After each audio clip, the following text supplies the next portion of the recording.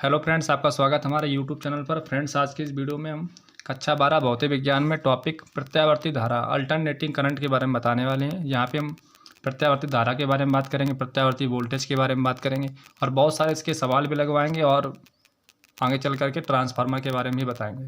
चलिए वीडियो देने करते हुए शुरू करते हैं। मतलब कुल मिला के यहाँ पे पूरा टॉपिक और इसके सारे फार्मूले यहाँ पे बताए जाएंगे। तो चलिए शुरू करते हैं। जैसे देखो यहाँ पे देख रहे हैं प्रत्यावर्ती धारा अल्टरनेटिंग करंट एसी, ठीक है, प्रत्यावर्ती धारा।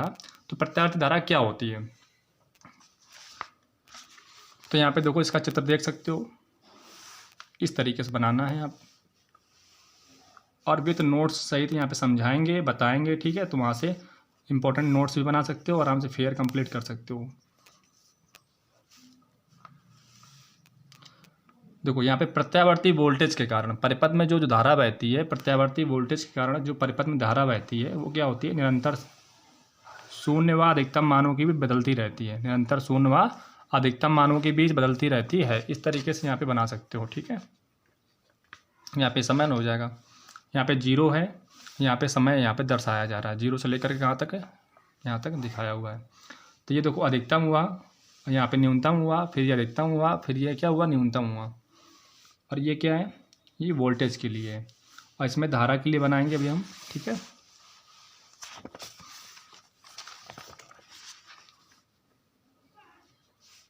इस तरीके से यहाँ पे बना लो पहले, ऐसे, ठीक है। ये रहेगी धारा के लिए आई बरा। तो पढ़िए यहाँ पे, प्रत्यावर्ती वोल्टेज के कारण परिपथ में जो धारा बहती है, प्रत्यावर्ती वोल्टेज के कारण परिपथ में जो धारा बहती है वह अधिकतम मानों के बीच, वह शून्य व अधिकतम मानों के बीच बदलती रहती है तथा कुंडली के पहले आधे चक्र में एक दिशा में तथा दूसरे आधे चक्र में विपरीत दिशा में बहती है। इस प्रकार की धारा को प्रत्यावर्ती धारा कहते हैं। देखो प्रत्यावर्ती वोल्टेज के कारण, प्रत्यावर्ती वोल्टेज के कारण परिपथ में जो धारा बहती है वह क्या होती है? शून्य और अधिकतम मानों के बीच बदलती रहती है। मतलब कभी कम, कभी ज़्यादा, कभी कम, कभी ज़्यादा, इस प्रकार से बदलती रहती है। इसका मान जो होता है वो पहले आधे चक्र में एक दिशा में तथा दूसरे आधे चक्र में विपरीत दिशा में बहती है ये, ठीक। देखो इधर ऊपर की फिर नीचे आई, इस तरीके से चित्र इसका बना सकते हैं। चित्र भी बना हुआ है। और ये जो यहाँ से लेकर के यहाँ तक है, देखो यहाँ पे बताते हैं, यहाँ से लेके और यहाँ तक है, ये वोल्टेज का क्या है? शिखर मान है। वोल्टेज का शिखर मान वी नॉट, ठीक है। वोल्टेज का शिखर मान यहाँ पे वी नॉट, शिखर मान कह दो, उच्चतम मान कह दो, अधिकतम मान कह दो। और धारा का शिखर मान कहाँ हो जाएगा? धारा का शिखर मान देखो इसमें, यहाँ से जैसे ये यहाँ से गया तो यहाँ से और यहाँ तक आई नॉट कर दो, ठीक है। ये धारा का शिखर मान हो गया।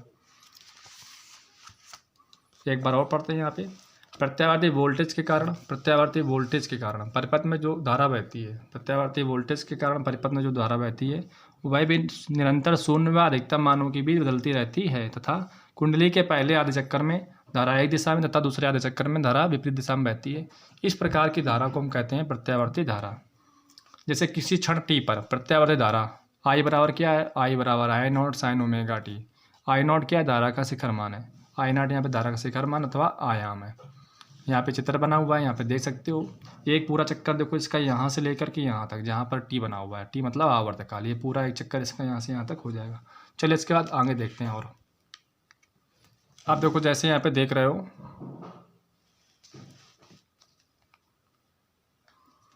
प्रत्यावर्ती वोल्टेज ऐसे वोल्टेज को जिसका परिमाण व दिशा समय के साथ साथ बदलते हैं तथा एक निश्चित समय के पश्चात उसी दिशा में उसी परिमाण के साथ उसकी पुनरावृत्ति होती है, प्रत्यावर्ती वोल्टेज कहलाता है।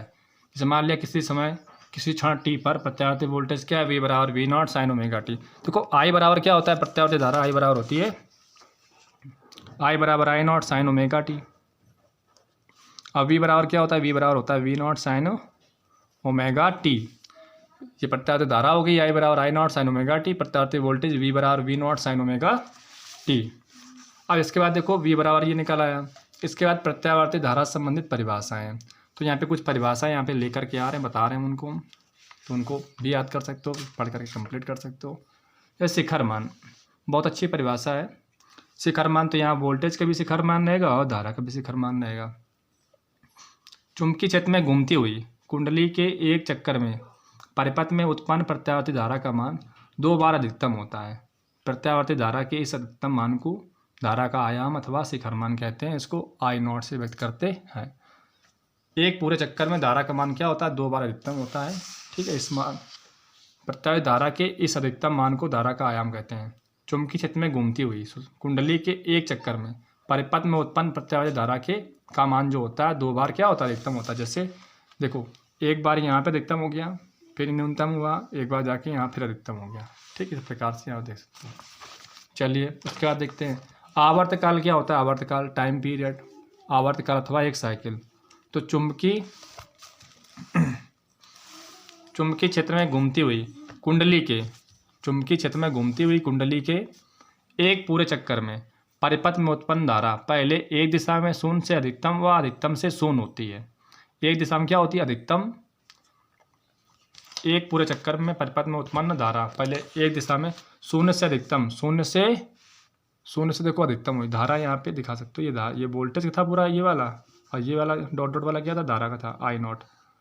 एक दिशा में शून्य से अधिकतम हुई, फिर अधिकतम से क्या हो गई? फिर यहाँ शून्य हुई। ठीक, शून्य से अधिकतम और अधिकतम से शून्य। ठीक है, इस प्रकार से होती रहती है।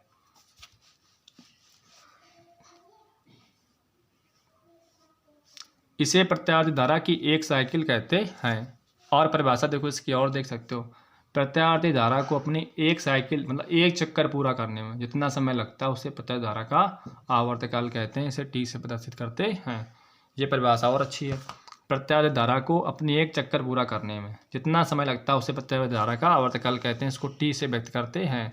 और T बराबर होता है एक चक्कर में कोणीय विस्थापन बटे कोणीय वेग। तो कोणीय विस्थापन यहाँ पे है 2 पाई, मतलब एक पाई का मान 180 हो गया, 2 से गुणा किया, पूरा एक चक्कर में कितना एंगल हो जाएगा? 360 हो जाएगा बटे ओमेगा, कोणीय वेग हो जाएगा उसका। T बराबर 2 पाई अपन ओमेगा। आवृत्ति क्या होती है? प्रत्यावर्ती धारा 1 सेकेंड में जितने चक्कर पूरा करती है। ठीक, दोनों का प्रोसेस समझना पहले। प्रत्यावर्ती धारा को अपनी एक साइकिल मतलब एक चक्कर पूरा करने में जितना समय लगता है उसे धारा का आवर्तकाल कहते हैं। और यहाँ पे कह रहा है 1 सेकेंड में जितने चक्कर पूरा करती है उसे प्रत्यावर्ती धारा की आवृत्ति कहते हैं। इस प्रकार से तैयार कर सकते हो। चलिए इसके बाद और देखते हैं आगे। देखो इसके बाद यहाँ पढ़ सकते हो इसका मान कुंडली द्वारा T सेकेंड में लगाए गए चक्करों की संख्या के बराबर होता है। इसको आवृत्ति को यब बराबर, देखो आवृत्ति होती है यब बराबर, यहाँ पे आवृत्ति को हम यब से व्यक्त करते हैं। यब बराबर होता है 1/T और यहाँ पे 1/T का मान कितना? 2 पाई बटे ओमेगा। तो ये हो जाएगा ओमेगा 1 क्या हो जाएगा? 2 पाई। आवृत्ति यब बराबर ओमेगा/2 पाई मात्रक होता है हर्ट्ज या फिर साइकिल प्रति सेकेंड। हर्ट्ज या फिर साइकिल प्रति सेकेंड। इसके बाद इसको देखो और पढ़ सकते हो। यहाँ पे इंपॉर्टेंट चीज़ें लिखी हुई हैं। प्रत्यावर्ती धारा 1 सेकेंड में 50 बार एक दिशा में तथा 50 बार दूसरी दिशा में बहती है। चूँकि एक साइकिल धारा 2 बार शून्य तथा 2 बार अधिकतम होती है, अतः घरों में लगा बल्ब 1 सेकेंड में 100 बार जलता है और 100 बार बुझता है। इस प्रकार से इसको जो है पढ़ सकते हो। उसके बाद परंतु दृष्टि निर्बंधता के कारण हमें बल्ब लगातार जलता प्रतीत होता है। मतलब जो बल्ब होता है घरों में वो 1 सेकेंड में क्या होता है? 100 बार जलता है और 100 बार बुझता है। क्यों? क्योंकि प्रत्यावर्ती धारा 1 सेकेंड में 50 बार एक दिशा में तथा 50 बार दूसरी दिशा में बहती है। ठीक, और एक साइकिल धारा मतलब चूँकि एक साइकिल मतलब एक चक्कर में क्या होता है? धारा 2 बार शून्य तथा 2 बार क्या होती है? अधिकतम होती है। तो 50-50 100 हो गया, तो 100 बार जलेगा और 100 बार बुझेगा। और देखो इसका तत्क्षणिक मान की परिभाषा यहाँ से तैयार कर सकते हो। ज़्यादा कुछ नहीं, इसमें कला पढ़ सकते हो और कला के बाद में प्रत्यावर्ती धारा का औसत मान यहाँ से जो है औसत मान तैयार कर सकते हो। इस प्रकार से ये इतना हो गया। उसके बाद देखो यहाँ से पढ़ सकते हो प्रत्यावर्ती धारा के आधे चक्र के लिए धारा का औसत मान। वीडियो लंबा ना इसलिए इसका जो है स्क्रीनशॉट ले सकते हो। और आधे चक्र के लिए धारा का औसत मान यहाँ पे फार्मूला याद रखना है कि क्या होता है? आधे चक्र के लिए औसत मान होता है 2I0/पाई, 2I0/पाई।